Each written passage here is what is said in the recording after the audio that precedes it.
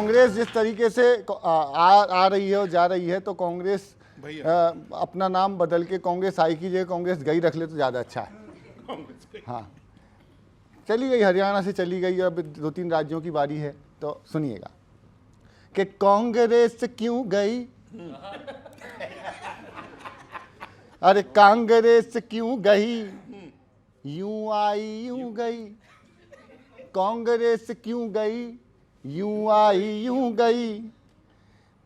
कारण पूछा जाते जाते बस इतना कह गई रे भाजपा, तेरे कारण तेरे कारण तेरे कारण तेरे कारण तेरे कारण तेरे। गौरव सुनना बहुत दिलचस्प मजेदार, विनीत सुनना प्यारे, कि यूपी में कुट गई, एमपी में लुट गई और महाराष्ट्र में गठबंधन के बंधन से घुट गई रे भाजपा, तेरे कारण तेरे कारण तेरे कारण तेरे कारण तेरे कारण तेरे। कहते थे सब फोकट है, कर्नाटक अब चौपट है, कहते थे सब फोकट है, कर्नाटक अब चौपट है। कल तक तो खटाखट थी जनता, क्या ये पोपट है हो। खड़गे सच कह गए, कुछ बच बच कह गए, अरे खड़गे सच कह गए, कुछ बच बच कह गए और शिव कुमार कुछ बोल न पाए, हाय टू मच कह गए रे भाजपा, तेरे कारण तेरे कारण तेरे कारण तेरे कारण तेरे कारण। सुनना, कहते हो कश्मीर में उल्टे बहेंगे धारे, धारा वापस आएगी। कहते हैं कश्मीर में उल्टे बहेंगे धारे, उल्टा लटका कर सीधा कर देंगे शाह हमारे। उनके बयान ऐसे ही आ रहे हैं आजकल, उल्टा लटका कर सीधा कर देंगे शाह हमारे। काम ना उल्टे करो, करो अगर तो डरो, और डरो तो केवल इतना तुम ही कहते फिरो रे भाजपा, तेरे कारण तेरे कारण तेरे कारण। आखिरी का छोटा सा और सुन लीजिएगा, अब इनको झारखंड में लेने के पड़ गए देने, और दिल्ली में झाड़ू के देखो ये झाड़ पे चढ़ गए। अरे हो भैया पे मर गई, यूपी में कांग्रेस भैया पे मर गई, और बंगाल में दीदी से डर गई। भैया पे मर गई और दीदी से डर गई, लालू जी की भैंस तो जैसे चारे सी चर गई रे भाजपा, तेरे कारण तेरे कारण तेरे कारण तेरे कारण तेरे कारण। और धन्यवाद।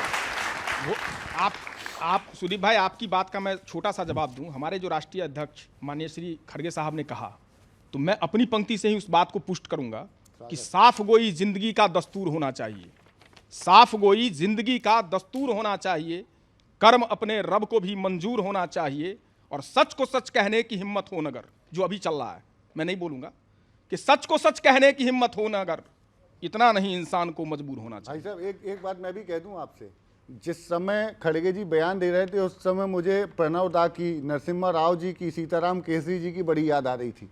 आनी चाहिए, वो हमारे पुरोधा थे। याद आपको पंडित नेहरू की भी आनी चाहिए कि पहले चुनाव में जब एक महिला ने उनका कॉलर पकड़ के पूछा कि तुम तो प्रधानमंत्री बने, मुझे क्या मिला, तो पंडित नेहरू ने बड़ा खूबसूरत जवाब दिया जो आज देने की हिम्मत नहीं है किसी में। उन्होंने कहा कि मां, मैं तो प्रधानमंत्री बना, लेकिन आपको अधिकार यह मिला कि आप इस देश के प्रधानमंत्री का कॉलर पकड़ के पूछ सकती हो कि मुझे क्यों नहीं मिला। यह है ये देश। सुनो भैया, ओ कांग्रेसियों, बड़ी मुश्किल से तो वो भाजपाई नेहरू को भूले हैं, और तुमने फिर यार भूल नहीं पाएंगे नेहरू को ना ये देश भूल पाएगा, ना ये विश्व भूल पाएगा। वो नेहरू ने कर दिया। तुम ही जानो यूं ही बदहाल होना है तुम्हें कब तक, हमें नहीं पता कुछ भी, कितनी मेहनत हम कर लें। तुम ही जानो तुम्हें बदहाल होना है यहां कब तक, मदद कर ही नहीं सकता तुम्हारी तो यहां रब तक। मदद, चौथी पंक्ति पर सबका समर्थन मिले, मदद कर ही नहीं सकता तुम्हारी तो यहां रब तक। महीना हो गया लेकिन अभी हरियाणा में देखो विधायक दल का नेता तक नहीं चुन पाए हैं अब तक। सर 1 महीना, आज 1 महीने से ऊपर हो गया। मतलब ऐसे आप चुनाव, ऐसे आप रहोगे। जायत्री जी, प्रश्न वाजिब है मेरा। जिन्हें करना हो कुछ सचमुच वो करने से नहीं डरते। फिर मेरा एक प्रश्न है सर, मैं बहुत शालीनता से कहता हूं, जिन्हें करना हो कुछ सचमुच वो करने से नहीं डरते। अगर हो चाह करने की तो ऐसे ख्वाब ना मरते। कहा शिंदे ने वो ही बस फटाफट काम करते हैं, मगर ये हाथ वाले बस खटाखट ही हैं बस करते हैं, मगर ये हाथ वाले बस खटाखट ही रहे करते। असर, और इसका कारण देखो प्रताप जी मैं कैसे लाया हूं, असर पैदा नहीं होता है अपनी वाही वाही से, असर पैदा नहीं होता है खुद की वाही वाही से। नहीं डरते हैं सत्ताधीश अब कोई इलाही से।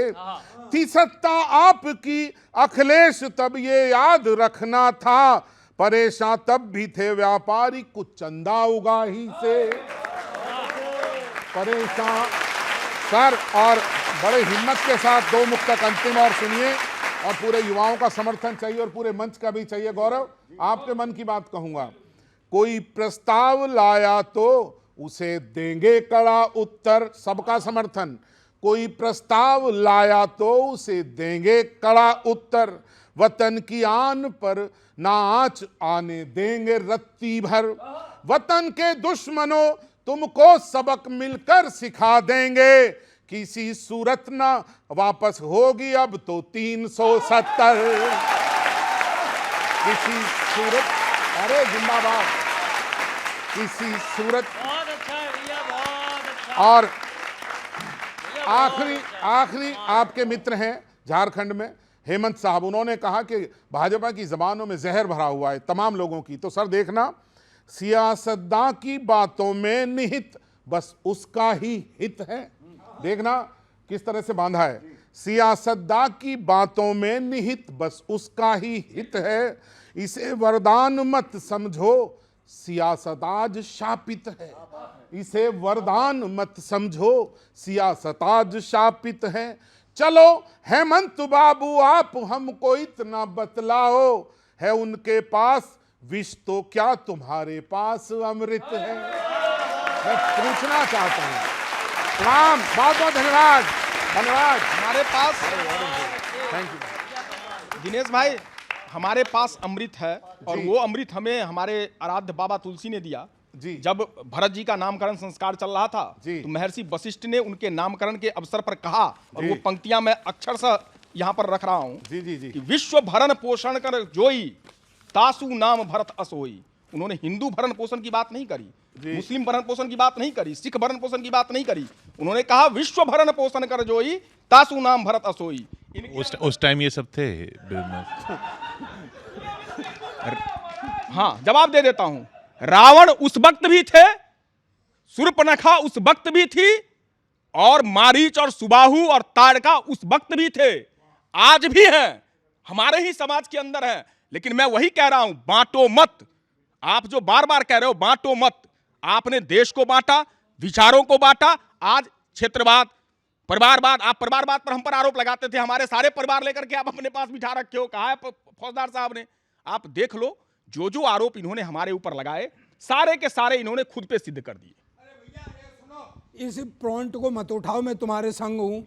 उसका रीजन क्या है? तुम कह रहे हो विश्व भरण, जो 80 करोड़ लोगों को दिया जा रहा है ना अनाज, उसमें सब हैं, हिंदू ही नहीं है। ये हालत कैसे हो गई? ये हालत कैसे हो गई? यही तो प्रश्न है, ये हालत कैसे हो गई? ये सबको क्यों दिया जा रहा है? नहीं, सोचने की बात है कि जिस हम कह रहे हैं कि हम 5वीं अर्थव्यवस्था बन गए, 3री बन जाएंगे। मैं तो बड़ा सीधा सवाल करता हूं कि अगर सरकार हमें यह बता दे कि गिनती के 5-10 उद्योगपतियों के अलावे पर कैपिटा इनकम क्या है, एक बार घोषणा कर दे सरकार, समझ में आ जाएगी।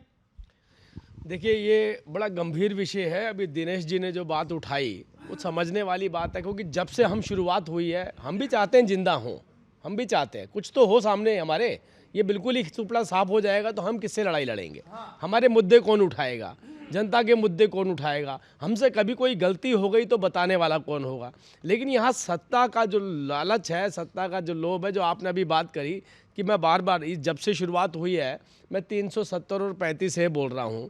अब प्रवक्ता को उन्होंने आज पूरी रामायण के ऊपर तो चर्चा करने के लिए भेज दिया, लेकिन 370 और 35 पे एक शब्द नहीं बोला। आज उमर अब्दुल्ला जिस तरीके का तमाशा देख रहे थे सदन में बैठ के, किसी ने देखा हो सुबह का माहौल कि जब वो बाउंसर उठाकर ले जा रहे थे उस वक्त में कैसे तमाशा देख रहे थे।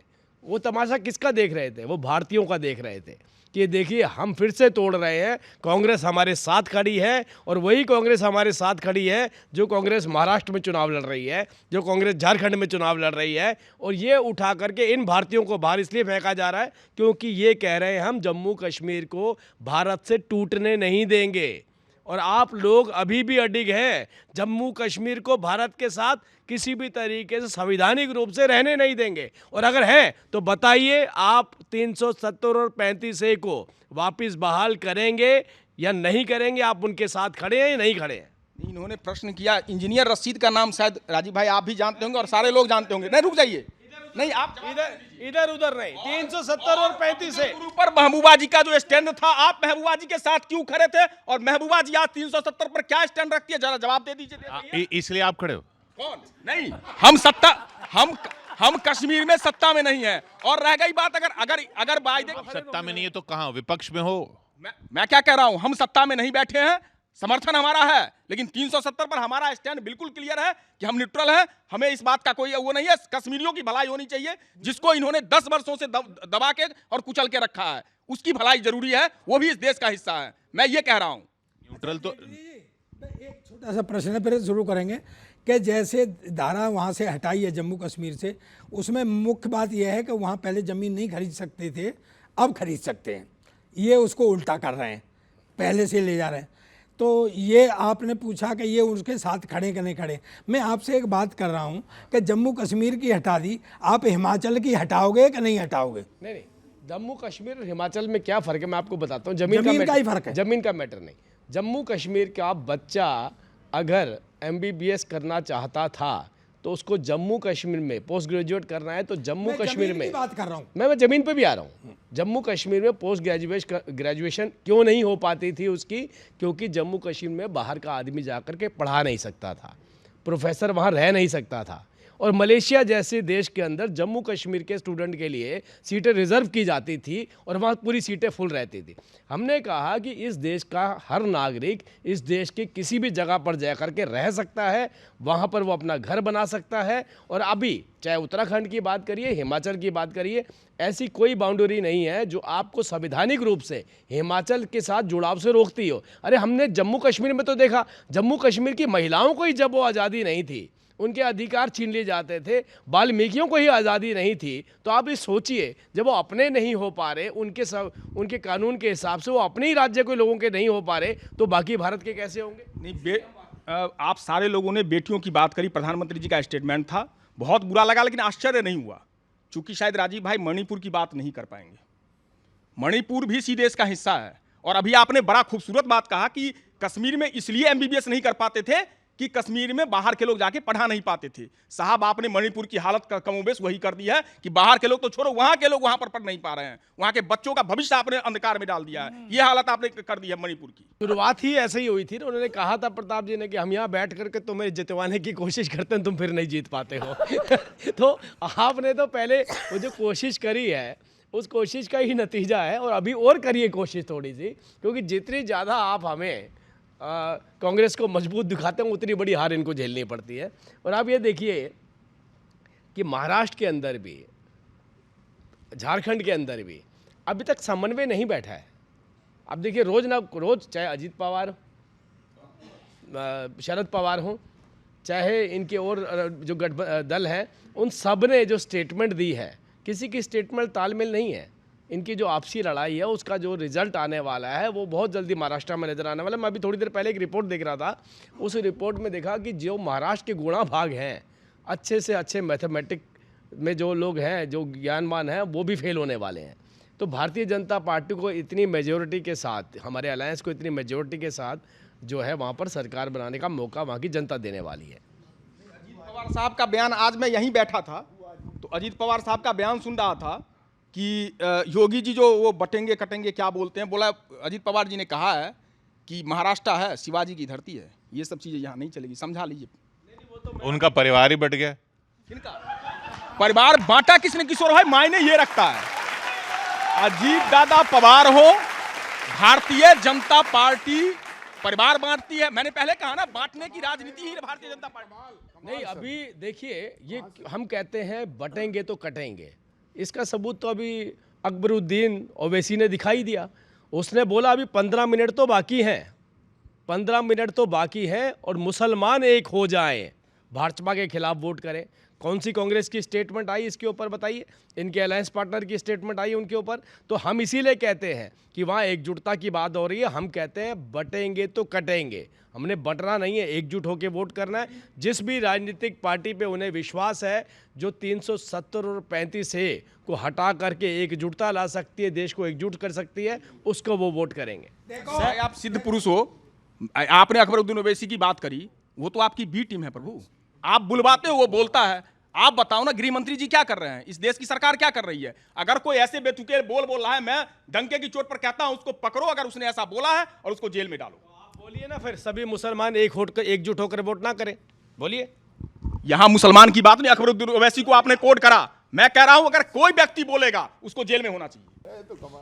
जी सुनिएगा सर, जैसा अभी बता रहे थे नीर भाई के एंटरटेनमेंट, तो एंटरटेनमेंट में दो बताता हूँ आपको। कोल्हापुर की एक सीट है महाराष्ट्र में, वहाँ सबने अपने अपने नॉमिनेशन किए और जब आखिरी 5 मिनट बचा था तो कांग्रेस की जो कैंडिडेट थी उन्होंने जाके अपना नाम वापस ले लिया। अब कोल्हापुर में गठबंधन का कोई उम्मीदवार ही नहीं है। एक तो ये, दूसरा प्रियंका जी भाषण दे रही थी, अचानक उनको लगा कि कुछ अच्छा कर्म करना चाहिए, तो उन्होंने कहा सामने जो एम्बुलेंस है उसको रास्ता दे दो, और पीछे से स्टाफ ने आके कान में कहा मैडम वो अपने ही कॉन्वॉय का एम्बुलेंस है, वहीं खड़ा है वो। अब सुनो दोनों, ये ध्यान में रखना, अब सुनो। हाँ, कोल्हापुर में डंका बजाने के चक्कर में अपनी भद्द पिटवाली, गठबंधन में क्या है? एक फूल 4 माली, सुबह को भरा शाम को खाली।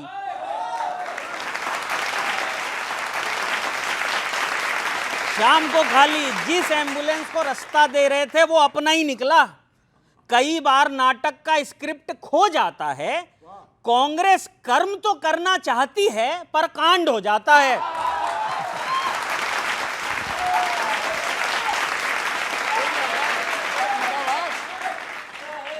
कांड हो जाता है। वादे वही करो जो पूरा कर सको। खड़गे जी ने बात बड़ी कर दी, यानी खुद की पार्टी के खुद के अध्यक्ष ने खटाखट की खाट खड़ी कर दी। खाट खड़ी कर दी। जनता भी समझ चुकी है, जमीन गायब पर आपकी बातें आसमान की होती हैं। आपकी गारंटी से ज्यादा वैल्यू तो चाइनीज सामान की होती है।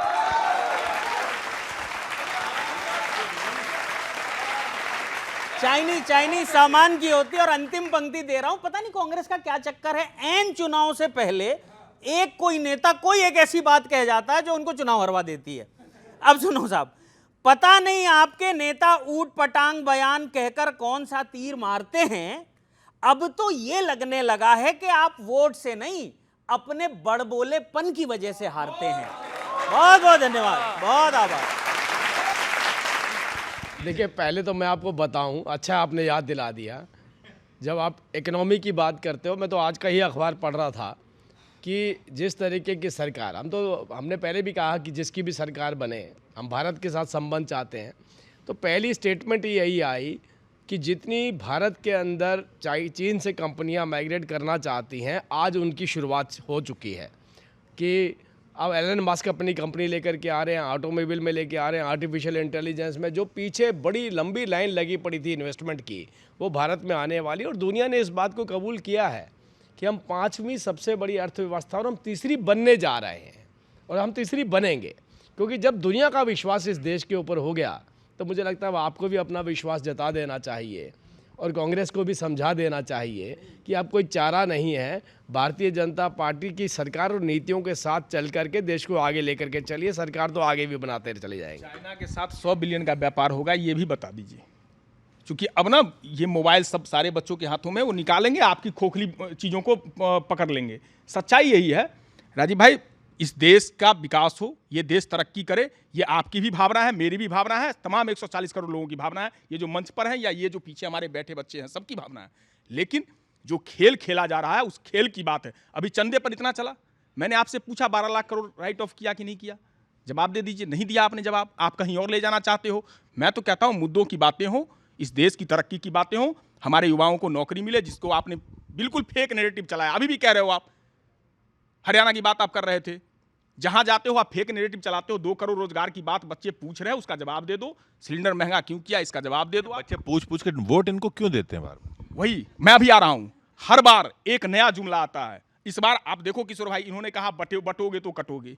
अरे उनका भविष्य बांट रहे हो आप, वो अपने भविष्य से खिलवाड़ उनके साथ आप कर रहे हो, वो उसको देख रहे हैं।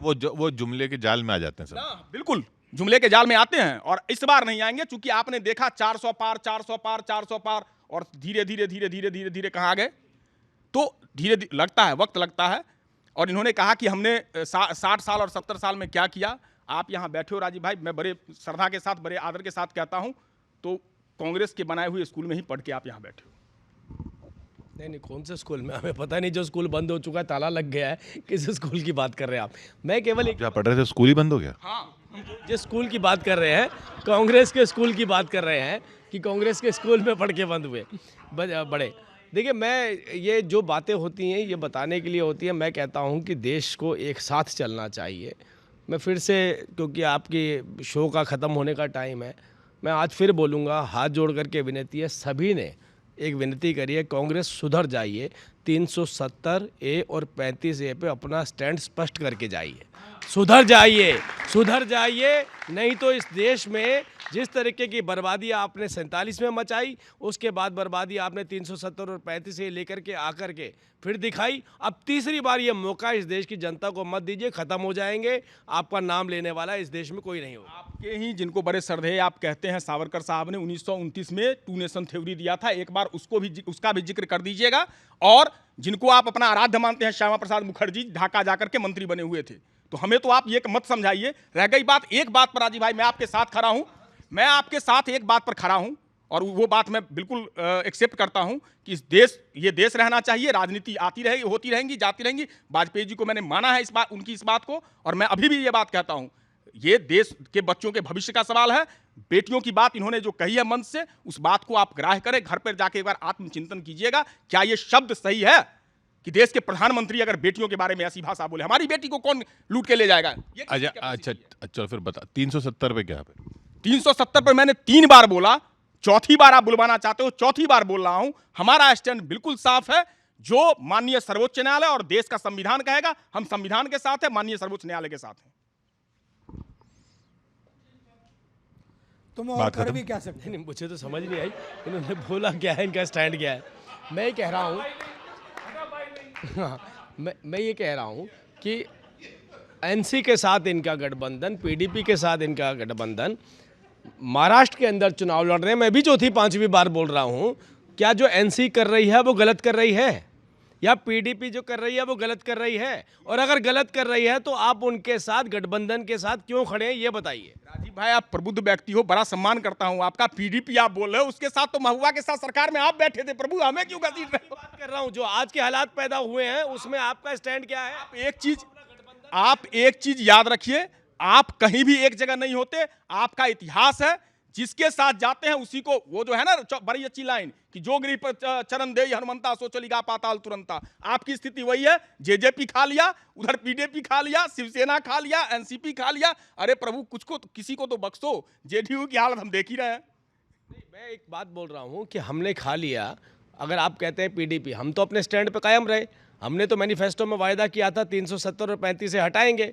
आपने भी वायदा किया था 370 और 35 से वापस लागू करेंगे। तो आप अपने वायदे पे कायम है ना? मैनिफेस्टो में बिल्कुल ये शब्द नहीं था। आप जबरदस्ती ये आरोप लगा रहे हो। कहीं दिखा दो हमारे मैनिफेस्टो में, कांग्रेस के मैनिफेस्टो में ये बातें थी।